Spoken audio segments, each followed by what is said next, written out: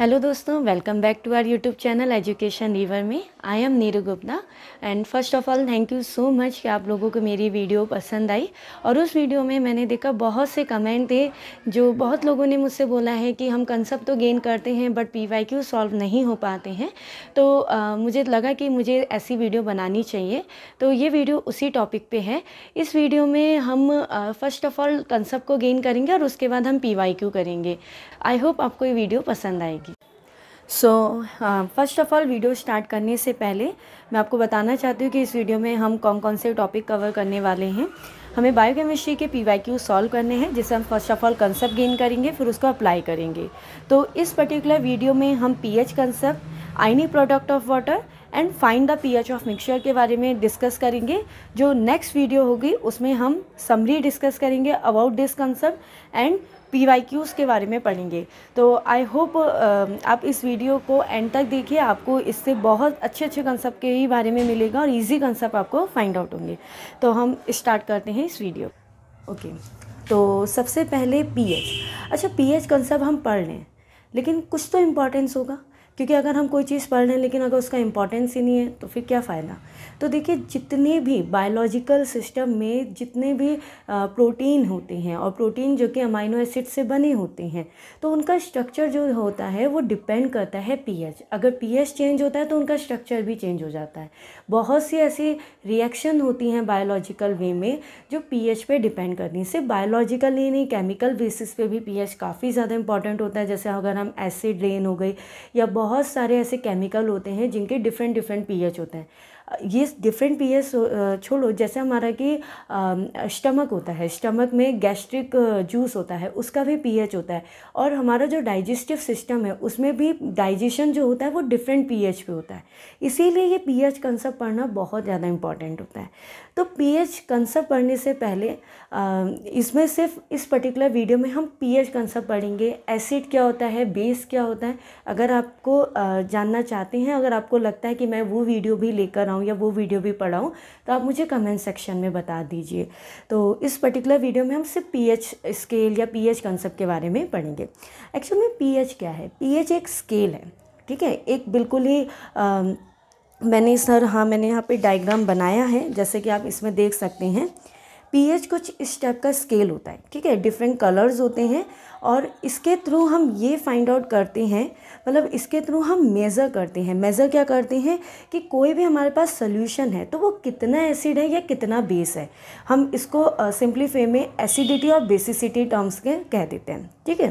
तो हम किसी भी सोल्यूशन का हमें मेज़र करना है कि वो कितना एसिड है या कितना बेस है, उसके लिए हम क्या करते हैं, पीएच स्केल का यूज़ करते हैं। लेकिन अगर हम पीएच को मतलब एज अ कैलकुलेट करना चाहते हैं, अगर हम एक क्वांटिटेटिव वैल्यू या एक न्यूमेरिकल वैल्यू में लेना चाहते हैं, तो पीएच की एक एक्चुअल डेफिनेशन ये होती है, taking the negative log of concentration of hydrogen ion in aqueous solution, ठीक है। तो मतलब पीएच कैसे डिफाइंड होता है, हम लॉग लेते हैं, वो भी नेगेटिव लॉग लेते हैं हाइड्रोजन आयन का। देखिए, छोटा सा मैं बता रही हूँ। सपोज़ मेरे पास कोई एसिड है, ठीक है। सपोज़ मैं मानती हूँ मेरे पास HCl एसिड है। अब ये HCl को अगर मैंने किसी भी सोल्यूशन में डिज़ोल्व किया तो ये टूट जाएगा, और टूटने के बाद ये H पॉजिटिव और Cl नेगेटिव आयन देगा, ठीक है। लेकिन एक बात याद रखिए, एसिड के कंसेप्ट में होता है कि हाइड्रोजन आयन यानी कि ये जो प्रोटॉन है इसका एग्जिस्टेंस नहीं होता। ये क्या करता है, क्योंकि हमने HCl को वाटर में डिज़ोल्व किया है, तो वाटर, जैसे कि अगर मैं वाटर को भी तोड़ूं तो वो H पॉजिटिव OH नेगेटिव में होगा। तो ये एकदम से H पॉजिटिव जो होता है वाटर के साथ रिएक्ट करके ये क्या करता है, ये H positive hydronium ion create कर देता है, ठीक है। H3O पॉजिटिव बना देता है। इसीलिए हम हाइड्रोजन आयन को बोल तो देते हैं, लेकिन एक्चुअल में हाइड्रोनियम आयन की कंसंट्रेशन को लिया जाता है, ठीक है। तो बेसिकली लिखने वाइज में हम pH equal to minus log H positive, ये जो ब्रैकेट है, ब्रैकेट का सिंबल होता है कंसंट्रेशन, ठीक है। तो ये ब्रैकेट क्या रिप्रेजेंट करता है, ये एक्चुअल में ब्रैकेट रिप्रेजेंट करता है एक्चुअल में कंसंट्रेशन को, ठीक है। कंसंट्रेशन भी किस में हो सकता है, ग्राम पर ml में हो, या हो सकता है कि ये कंसंट्रेशन मोलैरिटी में हो, ठीक है, मोलैरिटी में हो। अब मुझे लगता है कि आप लोगों को मोलैरिटीज़ वगैरह, मोल कंसेप्ट ये सब पता होंगे, और नहीं है तो आप मुझे प्लीज़ कमेंट सेक्शन में बता दीजिएगा। तो इस पे भी मैं एक वीडियो बनाने की कोशिश करूँगी। हालांकि मेरा मैं चाहती हूँ कि मैं बायोकेमिस्ट्री पे यूनिट पे ही इस वीडियो बनाऊँगी। तो अभी आप फ़िलहाल इस चीज़ को रिमेंबर रखिए कि pH क्या है, -log H पॉजिटिव, ठीक है। और इस इक्वेशंस को आप प्लीज़ रिमेंबर रखिए, क्योंकि ये इक्वेशन बहुत ज़्यादा इंपॉर्टेंट होती है। अब इसी इक्वेशन से एक चीज़ सीखिए। अब देखो, इसी इक्वेशन से सपोज मेरे को कंसंट्रेशन नहीं पता, ठीक है, मुझे pH पता है किसी भी सोल्यूशन का, तो मैं इससे कंसंट्रेशन कैसे फाइंड आउट कर सकती हूँ, ठीक है। मैं कोई ऐसा नहीं कि मैं आपको कहूँ कि आप सेकंड इक्वेशन याद कीजिए या सेकंड फार्मूला याद कीजिए, नहीं, ये फार्मूला आपको याद है, आप इसी से सेकंड फार्मूला बना सकते हैं। कैसे? तो देखिए, सबसे पहले हम क्या करेंगे, ये जो H पॉजिटिव है, मैं यहाँ पे H पॉजिटिव को लिख दूँगी, ये जो माइनस है, ठीक है, जब इसके माइनस को मैं यहाँ लेकर आ सकती हूँ, ठीक है, तो इसके माइनस को मैंने यहाँ लिख दिया, और अभी भी ये लॉग को ही हम लॉग ही लिख देते हैं, ठीक है। मैंने इसको थोड़ा रिवर्स कर दिया है। अब जब हम लॉग को इस साइड ले जाते हैं तो ये एंटी लॉग होता है, और जब एंटी लॉग होता है तो हम एंटी लॉग ना लिख के हम क्या करते हैं, 10 की पावर में लिख देते हैं, क्योंकि ये log 10 बेस होता है, तो हम 10 की पावर लिखते हैं और -pH को इसकी पावर में लिख देते हैं। तो बस ये फॉर्मूला एक और क्रिएट हो गया। आपको रटने की ज़रूरत नहीं है इस फॉर्मूले को, आप इस फॉर्मूले को खुद ही बना सकते हैं कि H पॉजिटिव = 10 की पावर -pH। अगर हमें सपोज कभी कभी क्या होता है, pH गिवन होता है, हमें H पॉजिटिव की कंसंट्रेशन फाइंड आउट करनी होती है, और कभी कभी हमें H पॉजिटिव दिया होता है और pH फाइंड आउट करना होता है। तो pH फाइंड आउट करने के लिए ये इक्वेशन, और H पॉजिटिव यानी कंसंट्रेशन फाइंड आउट करने के लिए हम इसका यूज़ कर सकते हैं, ठीक है। अब इस कंसेप्ट से बहुत ज़्यादा इम्पॉर्टेंट बात क्या निकल के आती है कि pH जितना ज़्यादा माइनस है, मतलब हाइड्रोनियम आयन की कंसंट्रेशन उतनी कम। ये कोई ऐसा रूल नहीं है, हम सिंपली कह सकते हैं, क्योंकि हम लॉग में कभी भी ये नहीं बोलते हैं कि इन्वर्सली प्रोपोर्शनल, एक्चुअल में हम अपने कंसेप्ट वाइज या अपने को समझाने के लिए कह देते हैं कि अगर pH इन्वर्सली प्रोपोर्शनल होता है हाइड्रोनियम आयन कंसंट्रेशन। अब इसका सीधा रिलेशन क्या होता है कि अगर मैंने pH इंक्रीज़ किया तो डेफिनेटली हाइड्रोनियम आयन की कंसंट्रेशन बहुत कम है, और अगर मैंने pH को डिक्रीज़ किया तो डेफिनेटली हाइड्रोनियम आयन की कंसंट्रेशन बहुत ज़्यादा इंक्रीज़ है, ठीक है। तो ये पर्टिकुलर कंसेप्ट काफ़ी ज़्यादा इंपॉर्टेंट होता है। जब हम अमाइनो एसिड का टाइट्रेशन पढ़ते हैं ना, तो उसमें बहुत ज़्यादा इंपॉर्टेंट होता है। तो यहीं पे इस कंसेप्ट को प्लीज़ होल्ड करके रखिएगा, क्योंकि हो सकता है कि मैं टाइट्रेशन पे वीडियो बनाऊँगी तो वहाँ ये कंसेप्ट काफ़ी ज़्यादा हेल्पफुल रहेगा। जैसे pH स्केल होता है, वैसे ही POH स्केल भी होता है, बिल्कुल रिवर्स होता है pH स्केल की तरह। सिर्फ आप इक्वेशन याद रख लीजिए, POH = -log हाइड्रोक्सिल, ठीक है। इस OH नेगेटिव को बोलते हैं, और यहाँ पे ब्रैकेट है तो इसका मतलब है कंसंट्रेशन ऑफ हाइड्रोक्सिल आयन बोलते हैं, ठीक है, दिस हाइड्रोक्सिल आयन। तो मैंने वैसे तो लिख रखा है कंसंट्रेशन ऑफ हाइड्रोक्सिल आयन कहते हैं। तो यहाँ पे पर्टिकुलर में हमें 3 फॉर्मूले पता लगे हैं, आप प्लीज़ इस फॉर्मूले को रिमेंबर रखिए। pH = -log concentration of H positive, हाँ यहाँ पे log 10 बेस होता है, ये 10 का मतलब है कि बेस, ठीक है, log 10, क्योंकि log 10 की वैल्यू एक्चुअल में 1 होती है। उसके बाद सेकंड इक्वेशन, हाइड्रोजन आयन की कंसंट्रेशन = 10 की पावर -pH। और थर्ड फॉर्मूला आप याद भी कर सकते हो, क्योंकि इससे क्वेश्चन ठीक है आते हैं बट लिटिल बिट, जैसे POH = -log OH नेगेटिव की कंसंट्रेशन, ठीक है। तो आई होप आपको ये पर्टिकुलर थोड़ा बहुत pH के बारे में पता लगा होगा कि pH क्या है, pH को कैसे कैलकुलेट कर सकते हैं, और हाइड्रोनियम और हाइड्रोजन आयन का कंसेप्ट भी पता लगा होगा, ठीक है। अब नेक्स्ट उसके बाद एक बहुत ज़्यादा की पॉइंट आता है, ये इतना ज़्यादा इम्पॉर्टेंट की पॉइंट है कि अक्सर हम क्या करते हैं ना, इसको भूल जाते हैं, और ये अगर हमें याद है ना तो हम कोई भी टाइट्रेशन का टॉपिक हमसे नहीं, मतलब सॉल्व ना हो ऐसा हो नहीं सकता है।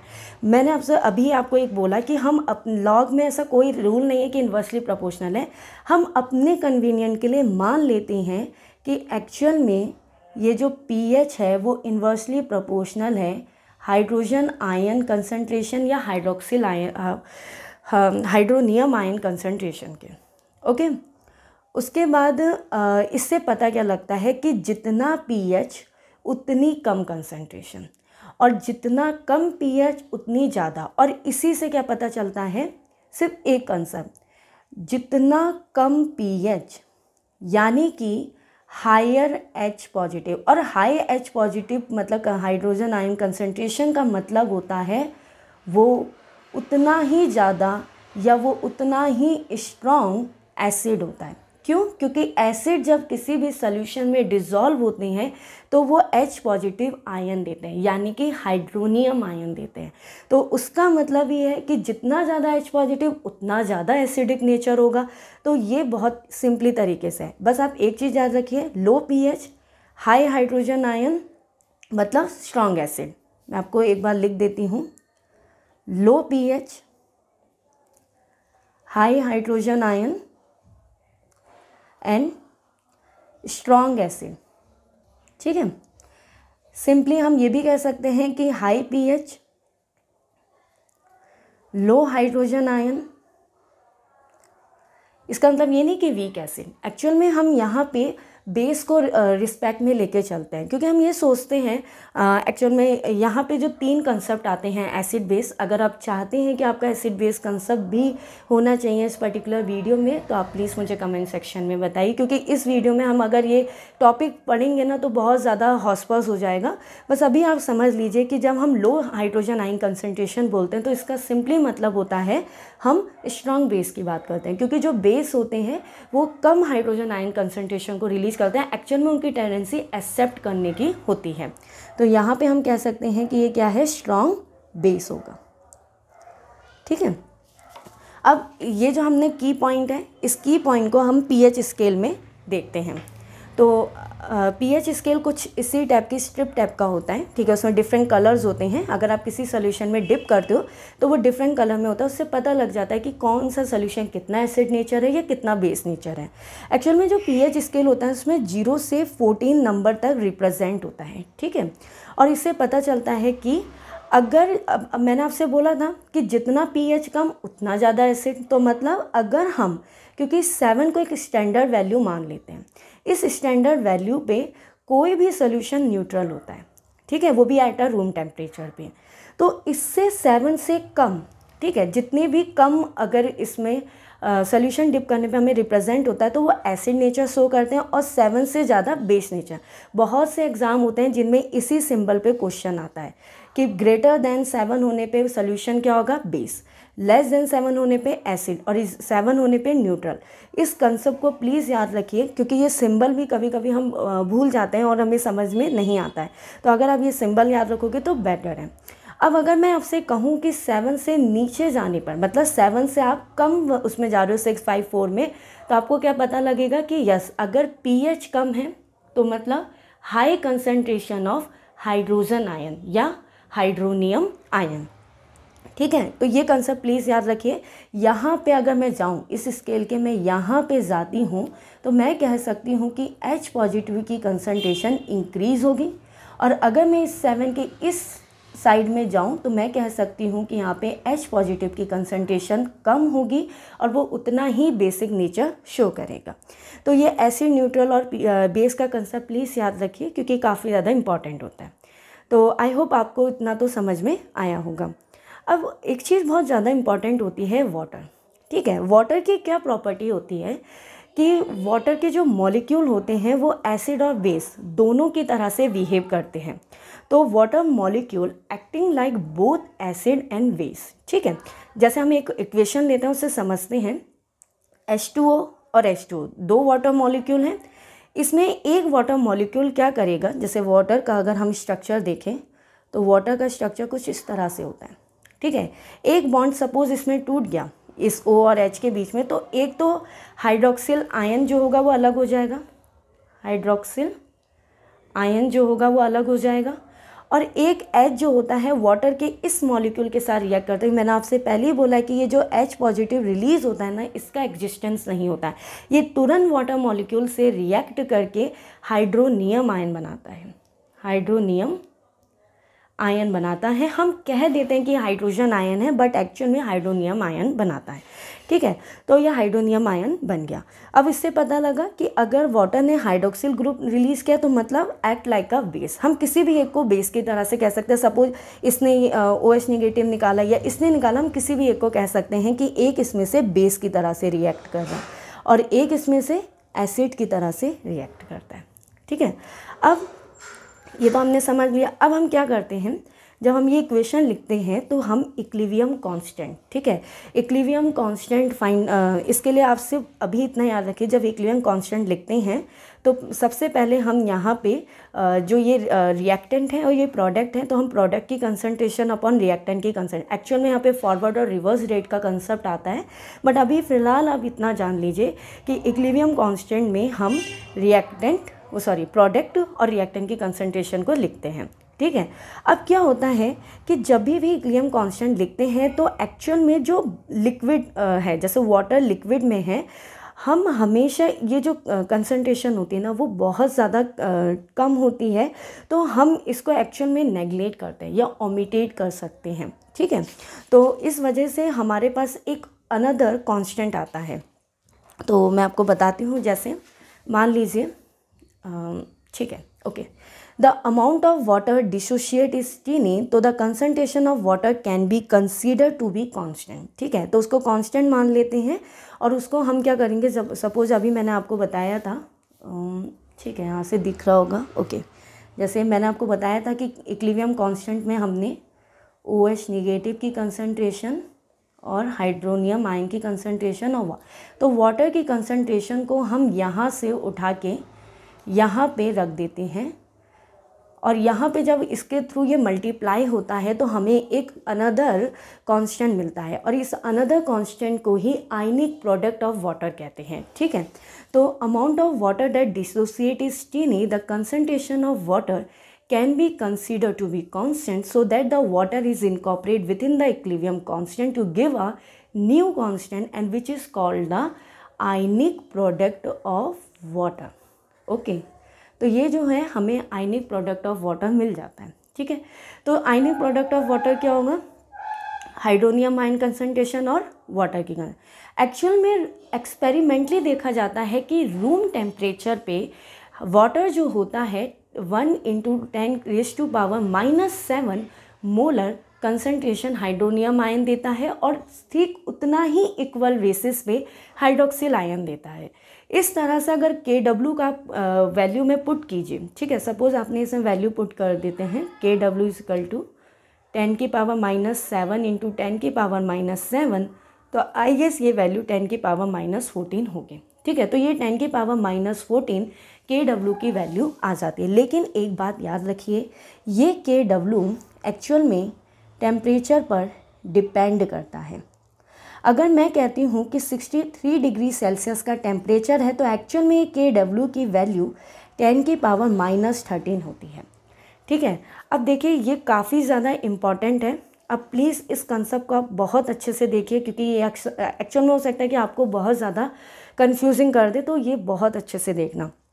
यहाँ पे आयनिक प्रोडक्ट हमने क्या बोला, Kw = हाइड्रोक्सिल आयन की कंसंट्रेशन और हाइड्रोनियम आयन की कंसंट्रेशन। ओके, ये चीज़ आपको पता है। अभी हमने प्रीवियस वे में भी जो मैंने आपको इक्वेशन बताई थी, मैंने कहा था चाहे तो आप हाइड्रोजन आयन बोल दीजिए और चाहे आप हाइड्रोक्सिल आयन बोल दीजिए। ठीक है, इसकी कंसंट्रेशन = 10⁻⁻pH और ठीक ऐसी हाइड्रोक्सिल आयन की कंसंट्रेशन में 10⁻⁻OH। ठीक है, अब इन वैल्यू का आप यहाँ पुट कर दीजिए, Kw = 10⁻⁻pH × 10⁻⁻OH। ठीक है, अब आप इसमें क्या कर दीजिए, इसमें लॉग ले लीजिए। ठीक है, जब आप लॉग लोगे और Kw की वैल्यू, और यहाँ पे मैं 298 केल्विन की बात कर रही हूँ और Kw की वैल्यू अभी हमने 298 केल्विन पे फाइंड आउट की थी 10⁻⁻14, तो 10⁻⁻pH = 10⁻⁻OH। और जब आप फाइंड आउट करेंगे तो एक्चुअल में अगर आप लॉग लेंगे तो लॉग जब हम लेते हैं तो ये जो 10 होता है ना, ये कन्वर्ट हो जाता है, मतलब लॉग, अगर मैं सपोज आपको मैं लॉग लेके ही दिखाती हूँ, लॉग 10 की पावर -14 एंड log 10 की पावर -ph इंटू log 10 की पावर -OH। ठीक है, ओके। अब जब हम log को सॉल्व करते हैं, ठीक है, तो log सॉल्व करने में क्या होता है कि जो -14 है, ठीक है, 10 की पावर में जब भी कोई 10 की पावर में होता है वो एक्चुअल में हम एज इट इज लिख देते हैं। तो मैं -14 लिख दूंगी, ठीक है। ऐसे ही -ph, ऐसे ही -POH लिख देंगे, ठीक है। ये POH है, POH, sorry this is POH, ठीक है, सॉरी उसको करेक्ट कर दीजिए, ये POH होगा। अब माइनस माइनस माइनस सभी में माइनस कट कर दोगे तो ये क्या होगा, 14 equal to PH plus POH। तो एक और हमारे पास फॉर्मूलास आ जाता है। अगर सपोज़ हमें PH दिया है और अगर मुझे POH निकालना है तो मैं इस फॉर्मूला का यूज़ कर सकती हूँ। तो आपको पता लगा होगा कि ये फॉर्मूला कैसे आता है, ठीक है। तो PH equal to plus POH plus 14। तो इस तरह से फाइंड आउट हो रहा है कि सपोज़ हम ये कह रहे हैं कि यहाँ पे अगर हमें POH दिया तो हम PH निकाल सकते हैं, और अगर PH दिया है तो POH इससे फाइंड आउट कर सकते हैं। मैं आपको ये बताने की कोशिश कर रही हूँ कि अगर मैं ये बताना कोशिश करना चाहती हूँ कि PH जो होता है वो टेम्परेचर पे डिपेंड करता है। ऐसा क्यों? क्योंकि जब हमने KW की वैल्यू जो 10 की पावर -14 आई थी, वो ये आया था कि एक्सपेरिमेंटली यहाँ पे हाइड्रोनियम आयन के 10.-7 रिलीज़ होते हैं। अगर सपोज़ ये KW की वैल्यू 10 की पावर -13 है तो इसका मतलब है PH चेंज हुआ है। तब यहाँ पे PH और POH टोटल 13 है, वो 14 नहीं है। 14 होता तो मतलब PH 7 ही होता एट न्यूट्रल, मतलब एट रूम टेम्परेचर। इसका मतलब टेम्परेचर चेंज होने पे PH चेंज होता है, साथ ही साथ POH भी चेंज होता है। लेकिन अगर मैं उनका समअप कहूँ तो क्या समअप चेंज होगा? नहीं। तो PH और POH उनका जो समअप होता है वो चेंज नहीं होता है। ये मैं क्यों डिटेल में बताना चाह रही हूँ, एक्चुअल में अगर आप CSR का एक क्वेश्चन देखेंगे तो उसमें ये कंसेप्ट पे क्वेश्चन आ रखा है कि PH डिपेंड करता है टेम्परेचर पे या POH डिपेंड करता है, या PH और POH का सम डिपेंड करता है या नहीं करता है। तो अगर आपको कंसेप्ट समझ में आया होगा तो आई होप आप इसका स्क्रीनशॉट ले सकते हैं इस कंसेप्ट का, क्योंकि काफ़ी ज़्यादा इम्पॉर्टेंट कंसेप्ट है। ओके, तो इस की पॉइंट से हमें एक्चुअल में क्या क्या की पॉइंट निकले, जितना मैंने अभी आपको बताया कि PH depend upon temperature, okay, and POH also depend upon temperature, but PH और POH it's not depend upon temperature. वो टेम्परेचर पे डिपेंड नहीं करता है। क्यों नहीं करता है? अब आपको सिंपली सोचो ना कि हम बोल रहे हैं कि PH और POH का सम 14 है, तो ये 14 तो एक्चुअल में एक कांस्टेंट यूनिट हो गई ना, एक कांस्टेंट भी हो गया, कोई भी मतलब एक्चुअल में ये न्यूमेरिकल वैल्यू हो गई। और न्यूमेरिकल वैल्यू एक्चुअल में टेम्परेचर पे ऐसा नहीं है कि वो सच डिपेंड करेगी, ठीक है। तो ये आई होप आपको ये कंसेप्ट समझ में आएगा, और इसी 3 कंसेप्ट पे क्वेश्चन आया है, आप देखना इस कंसेप्ट से आप वो क्वेश्चन सॉल्व कर सकते हो। ओके, तो आपको आई होप आपको ये वीडियो में समझ में आए। कंसेप्ट को समझने के लिए मैं आपको एक कंसेप्ट और बताना चाहती हूँ ताकि वो चीज़ आपको समझ में आए, ठीक है। देखिए, इस कंसेप्ट को समझने के लिए आप बस इतना याद रखिए, जब हम कोई भी सॉल्यूशन होता है, ठीक है, और उस सॉल्यूशन में हम सॉल्यूट को मेज़र करना चाहते हैं कि उसमें कितने एटम है या कितने मॉलिक्यूल है या कितने आयन है, तो उसको रिप्रेजेंट करने के लिए एक स्टैंडर्ड यूनिट होती है जिसे हम मोल कहते हैं, ठीक है। बस आप इतना याद रखिए कि जो मोल होता है उस एक मोल को हम 10 की पावर -3 से रिप्रेजेंट करें तो हम इसे 10 की पावर -3 मिली मोल कहते हैं। ये एक्चुअल में मैं यूनिट कन्वर्जन की बात कर रही हूँ। हाँ, मैं इस वीडियो में मतलब अपने इस चैनल में मोल और मोलैरिटी, मोलिलिटी, इस पे भी एक वीडियो बनाऊंगी, क्योंकि ये बहुत ज़्यादा इम्पॉर्टेंट है। अगर आप बायोकेमिस्ट्री रीड करना चाहते हैं या बायोकेमिस्ट्री समझना चाहते हैं तो एक्चुअल में आपको ये कंसेप्ट लीव नहीं करना है, क्योंकि इसी कंसेप्ट से बहुत सारे क्वेश्चन सॉल्व होते हैं। चाहे गेट ले लो, चाहे CSIR ले लो, चाहे कोई भी एग्ज़ाम होगा, अदर एग्ज़ाम, कोई भी एग्ज़ाम, लेकिन ये कंसेप्ट काफ़ी ज़्यादा इंपॉर्टेंट है अगर आपको बायोकेमिस्ट्री स्ट्रॉन्ग करनी है। ओके, क्योंकि ये एक बेसिक कंसेप्ट हुआ। तो अगर आप चाहते हैं तो प्लीज़ कमेंट। ओके, मैं यहाँ पे बहुत ज़्यादा इम्पॉर्टेंट है, तो आप प्लीज़ इस वीडियो को बहुत ध्यान से देखना। एसिड एसिड सोल्यूशन और बेस बेस सोल्यूशन। सपोज मेरे पास एक बीकर है, ठीक है, और मेरे पास एक दूसरा बीकर है। इस बीकर में सपोज मैं कहती हूँ कि मेरे पास HCl है, एसिड है कोई भी, ठीक है, और इस बीकर में सपोज मेरे पास अनदर एसिड है, ठीक है, दोनों एसिड है, हो सकता है बेस हो, ठीक है, हो सकता है दोनों में बेस हो। इस बीकर में जो एसिड है उसकी उसकी जो मोलैरिटी है या उसकी कंसंट्रेशन है, सपोज वो M1 है और उसका वॉल्यूम V1 है, इसमें M2 है और V2 है। अब मैंने क्या करा, मैं लैब में गई, मैंने एक और बीकर लिया और मैंने इन दोनों को मिक्स कर दिया, ठीक है। मैं यहाँ पे एग्जांपल ले रही हूँ, ऐसा नहीं कि आप इन दोनों को मिक्स करने बैठ गए लैब में, तो प्लीज़ जस्ट एग्जांपल। तो मैंने यहाँ पे HCl भी डाल दिया और H2O भी डाल दिया। अच्छा, अब सोचो कि इसका वॉल्यूम V1 था, इसका वॉल्यूम V2 था, ठीक है, V1 and V2 here volume of beaker 1 and 2, मैं इसको 1 बोल देती हूँ और इसको 2 बीकर बोल देती हूँ, ठीक है। अब जब मैंने इन दोनों को एक साथ मिक्स किया तो एक्चुअल में वॉल्यूम तो इंक्रीज़ ही होगा ना। अगर मैं आपसे कहती हूँ कि आपके पास एक गिलास में पानी है, दूसरे गिलास में पानी है, अब उन दोनों गिलास का पानी आप किसी बाल्टी में डाल दो तो दोनों का वॉल्यूम ही आएगा, ऐसा तो नहीं है कि कोई अनदर वॉल्यूम होगा। तो इस तरह से इसका फाइनल वॉल्यूम कितना होगा, V1 प्लस V2। लेकिन हो सकता है कि वो कंसंट्रेशन डिफरेंट हो जाए, हो सकता है कि अभी यहाँ पे कुछ और कंसंट्रेशन हो, यहाँ पे कुछ और कंसंट्रेशन हो, लेकिन यहाँ आके कुछ और कंसंट्रेशन हो, वही हमें फाइंड आउट करनी होती है। हो सकता तो यहाँ पे हमें ये फाइनल कंसंट्रेशन को फाइंड आउट करना है। अब बहुत सिंपल है, आप बस पहले आपने क्या किया, बाद में क्या किया।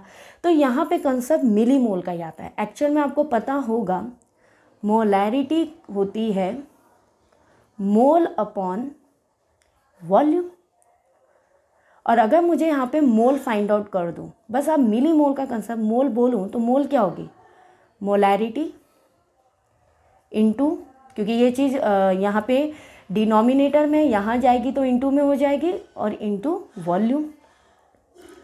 अगर मैं इस मोल को मिली मोल में रिप्रेजेंट कर दूँ तो मैं यहाँ पे millimole is equal to molarity into volume. बस आपको यही फॉर्मूला याद रखना है, दिस पर्टिकुलर फॉर्मूला, ठीक है। अब इसी फॉर्मूले को लगाइए आफ्टर सोल्यूशन, सॉरी पहले आप बिफोर सोल्यूशन लिखेंगे, बिफोर सोल्यूशन मोल या मिली मोल, और आफ्टर सोल्यूशन मिली मोल या मोल। तो बिफोर सोल्यूशन मोल कितने थे, M1 V1 ये अलग होगा, प्लस इसका अलग होगा M2 V2, लेकिन हमने तो मिक्स कर दिया तो मोलैरिटी M3 और final volume V1 plus V2 होगा, या हम इसको V3 भी कह सकते हैं। अब बस आपको ये फाइंड आउट करना है, तो आप M3 लिख दीजिए, M1 V1 plus M2 V2 upon V1 plus V2। तो आई होप ये फॉर्मूला है जो काफ़ी ज़्यादा इम्पॉर्टेंट है और आपको समझ में आया होगा कि ये फॉर्मूला हमने कैसे ड्राइव किया है, ठीक है। ये तो था कि एसिड एसिड सोल्यूशन है, बेस बेस है। एक्चुअल में ये जो कंसेप्ट है ये टाइट्रेशन का कंसेप्ट है, तो ये टाइट्रेशन कंसेप्ट काफ़ी ज़्यादा इम्पॉर्टेंट है, ठीक है। अब मैं एसिड बेस का सोल्यूशन करती हूँ। देखो एसिड और बेस है, डेफिनेटली वो रिएक्शन करेंगे और रिएक्ट करके हो सकता है कि किसी का अमाउंट ज़्यादा हो और किसी का अमाउंट कम हो जब वो टाइट्रेट करते हैं, ठीक है। तो फाइनल सोल्यूशन में होता है कि कोई अमाउंट ज़्यादा है तो हमें खैर मैं आपको समझाती हूँ कि कैसे मैं कहना चाह रही हूँ। सपोज़ मेरे पास एक बीकर है, उसमें एक एसिड है, ठीक है, और सपोज़ मेरे पास बेस है दूसरे बीकर में, यहाँ पे इसका मोलैरिटी M1 V1, यहाँ पे V2 और M2 और V2 इसका कंसंट्रेशन और मोलैरिटी या कंसंट, ठीक है। अब इस बीकर में मैंने इन दोनों को डाल दिया, डालने के बाद मुझे पता लग रहा है कि एसिड के अभी भी कुछ मिलीमोल बच गए, क्योंकि एसिड बेस रिएक्ट होंगे, रिएक्ट होकर न्यूट्रल कोई ना कुछ स्पीसीज बनाएंगे, लेकिन अभी भी वो कुछ चीज़ें इसमें बच गई। ठीक है, तो बचने के बाद हो सकता है कि M3 हमें फाइंड आउट करना है, और हमें जो V3 है वो तो सेम, क्योंकि वॉल्यूम तो V1 V2 ही रहेगा। लेकिन अब हम क्या करते हैं, जब हम फाइनल इसमें चीज़ निकालते हैं तो हम ये कह सकते हैं कि हो सकता है जो बड़ा होगा इस एसिड या बेस में से, जिसके मिलीमोल बड़े होंगे, आप उसको यहाँ लिख दोगे, ठीक है, और दूसरे को आप यहाँ लिख दोगे। अब उसके बाद आपको final V1 plus V2 find out करना होता है। ठीक है, सेम वही फॉर्मूला। अब M3 आप फाइंड आउट कर सकते हो, M1 V1 minus M2 V2। Okay, हाँ ठीक है, तो हम M1 V1 minus M2 V2 कर सकते हैं, और V1 प्लस V2। ठीक है, तो इस तरह से हम फाइनल कंसंट्रेशन को इस फॉर्मूले से फाइंड आउट कर सकते हैं। बस आपको याद रखना है कि आपने एसिड बेस में जिसके मिलीमोल ज़्यादा होंगे आप उसको यहाँ लिख दोगे स्टार्टिंग में, और उससे माइनस कर दोगे, और इस तरह से आप फाइनल कंसंट्रेशन या फाइनल जो भी है सोल्यूशन का pH मिक्स फाइंड आउट करना है, या उसकी कंसंट्रेशन से फाइंड आउट करोगे। क्योंकि अगर आपको M3 पता लग गया, यानी कि कंसंट्रेशन आपको पता लग गई, क्योंकि कंसंट्रेशन क्या है, जो यहाँ पे आपने M3 निकाला वो एक्चुअल में हाइड्रोजन आयन की कंसंट्रेशन है। बस आपको ये इसके इक्वल रखोगे और pH इसके थ्रू फाइंड आउट कर लोगे, माइनस लॉग H पॉजिटिव। बस इस H पॉजिटिव में जो भी आपने M3 निकाला उसको लिख दीजिए और आपका pH फाइंड आउट हो जाएगा। ठीक है, आपको आई होप ये कंसेप्ट समझ में आया होगा। तो सो गाइस, आई होप आपको ये वीडियो काफ़ी ज़्यादा पसंद आई होगी, और आपने इस वीडियो से pH कंसेप्ट के बारे में रीड किया होगा, और नेक्स्ट वीडियो में हम इसके PYQs करेंगे ताकि ये कंसेप्ट हमारा और क्लियर हो सके। तो अगर आपको ये वीडियो पसंद आई है तो please like, share and subscribe my channel. अगर आप मेरे चैनल में न्यू हैं तो प्लीज़ सब्सक्राइब कर दीजिए, ताकि मैं ऐसी और भी कंसेप्ट वाली वीडियोस लेकर आती रहूं जो काफ़ी ज़्यादा इंपॉर्टेंट है as a CSI point of view से, और एज अ अदर एग्ज़ाम, चाहे आप MSc BSc या किसी भी एग्ज़ाम में हो, तो ये काफ़ी ज़्यादा इंपॉर्टेंट कंसेप्ट होता है बायोकेमिस्ट्री से। तो आई होप आपको ये वीडियो बहुत ज़्यादा अच्छी लगी हो, और अपने दोस्तों को प्लीज़ शेयर कीजिए जो लोग इस एग्ज़ाम की प्रिपरेशन कर रहे हैं, या जिनको ये कंसेप्ट काफ़ी ज़्यादा डिफ़िकल्ट लगता है, बट इन ईजी वे आप वो अंडरस्टैंड कर सकते हैं। And thank you so much for watching this video, and please like, share and subscribe my channel. Thank you so much.